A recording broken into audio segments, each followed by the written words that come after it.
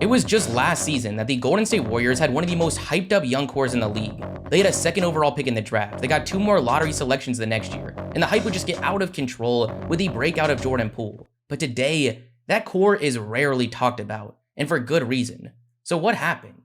The 2020 draft was weird. It was in the middle of the pandemic, and we went into draft night really having no idea what to expect, but there was still a pretty fair amount of excitement with viral sensation LaMelo on his way to becoming an early selection and the most dominant team of the last decade, somehow sitting at number 2. It was a crazy scenario, but due to the departure of Kevin Durant and injuries all across this roster, the team won just 16 games in the shortened season.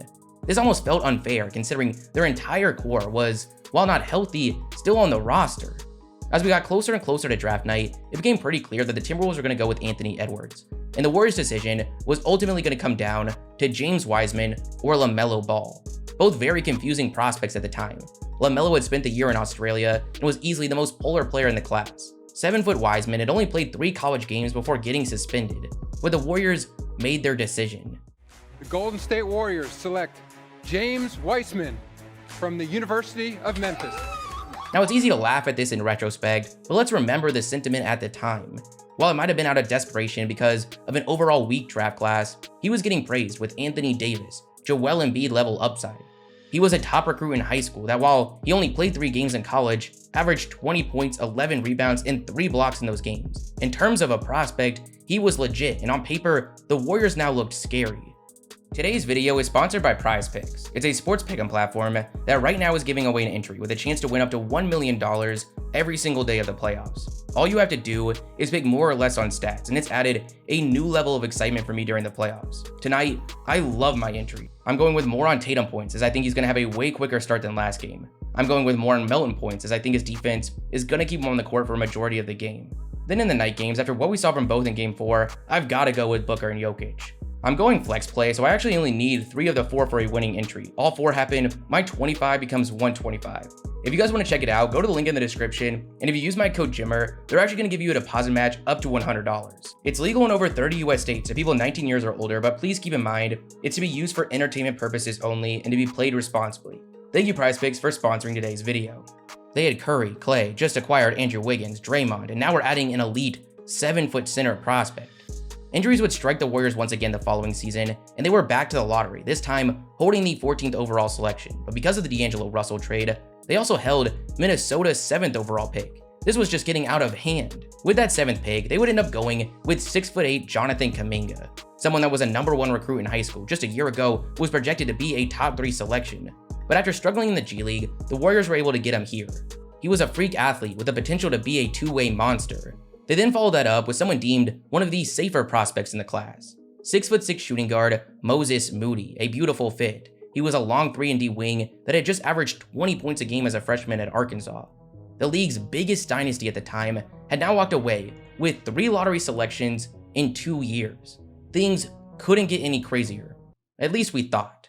Their late first from 2019, Jordan Poole, who was absolute garbage to begin his career, came out in the preseason and was on fire. Clay still had some time before coming back from injury, and Jordan Poole stepped up. He was averaging 20 a game and overnight became one of the most hyped up and talked about players in the league, being praised as the 3rd Splash Brother.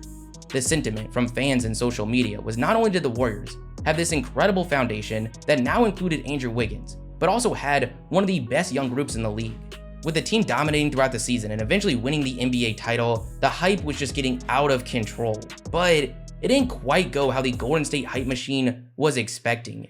In the final game of the season, Game 6 of the NBA Finals, the only player from that young core to even touch the court was Jordan Poole. We flash forward to right now. James Wiseman is not even on the team. Moses Moody is playing 13 minutes. Jonathan Kuminga is only seeing the court at the end of blowouts. In the bright spot, Jordan Poole, the player that got the max contract.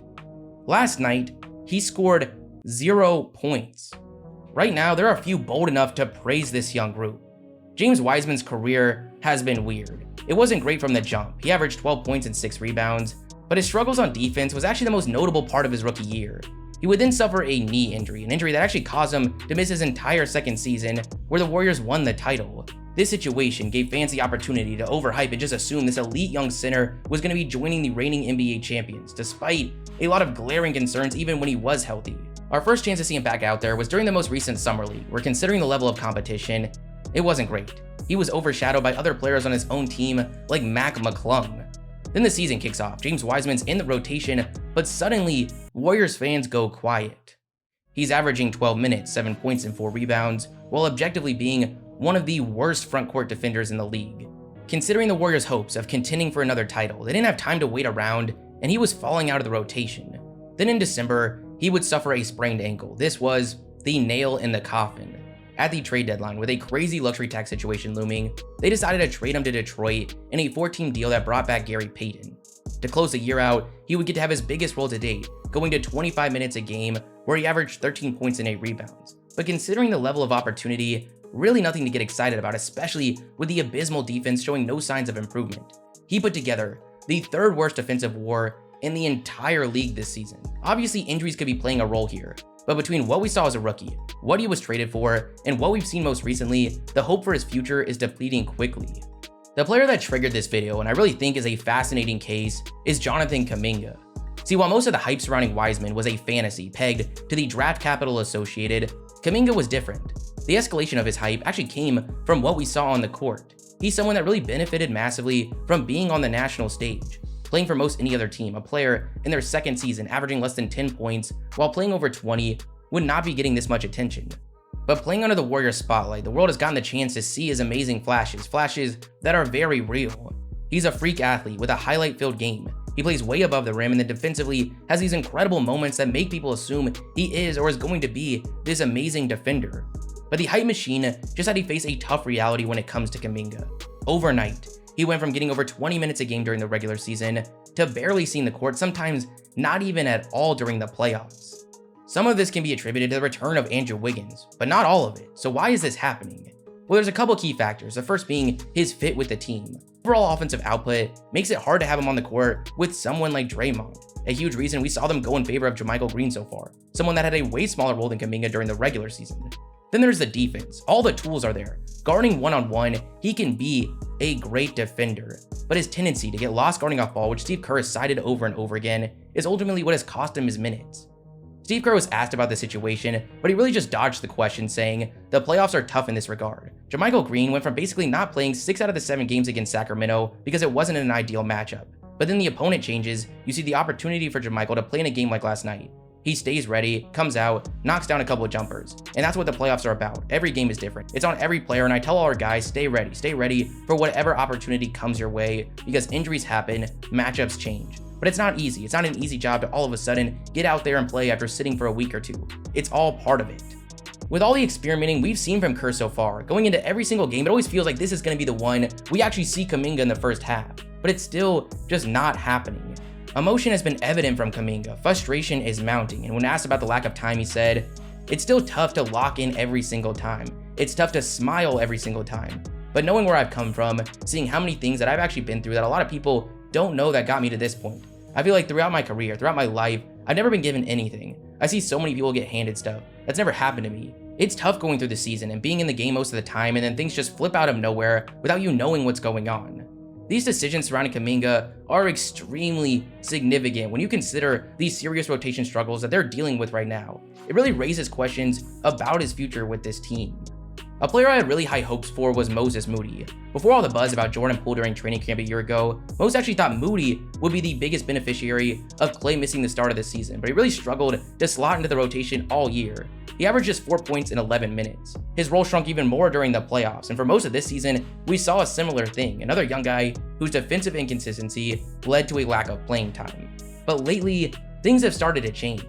He got over 25 minutes in Game 2, 20 in Game 3, then 19 last night including crunch time. It hasn't necessarily been incredible, but it's at least a decent sign to see Kerr keep coming back to him. A decent sign for Moody, but not this young core as a whole, as it's been at the expense of Jordan Poole. We just made an entire video about his rise and fall, but things have gotten even crazier in the last couple weeks.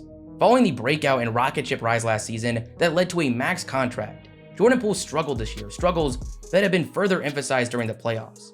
A player that is already a defensive liability is averaging 10 points, shooting 34% from the field and 28% from 3. There's plenty of reasons to believe in his talent, ability, or future, but right now the Warriors are faced with a scenario where they've committed over $100 million to a guy that in his last 3 playoff outings has put up 5 points, 6 points, and 0 points. We saw his role shrink deeper and deeper into the playoffs a year ago, and it's happening once again. Last night, he played just 10 minutes, even scarier, just 2 in the second half.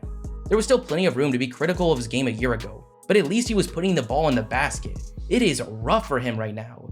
It's his play that has the Warriors scrambling to figure out not only what his role should be, but what this entire rotation should look like.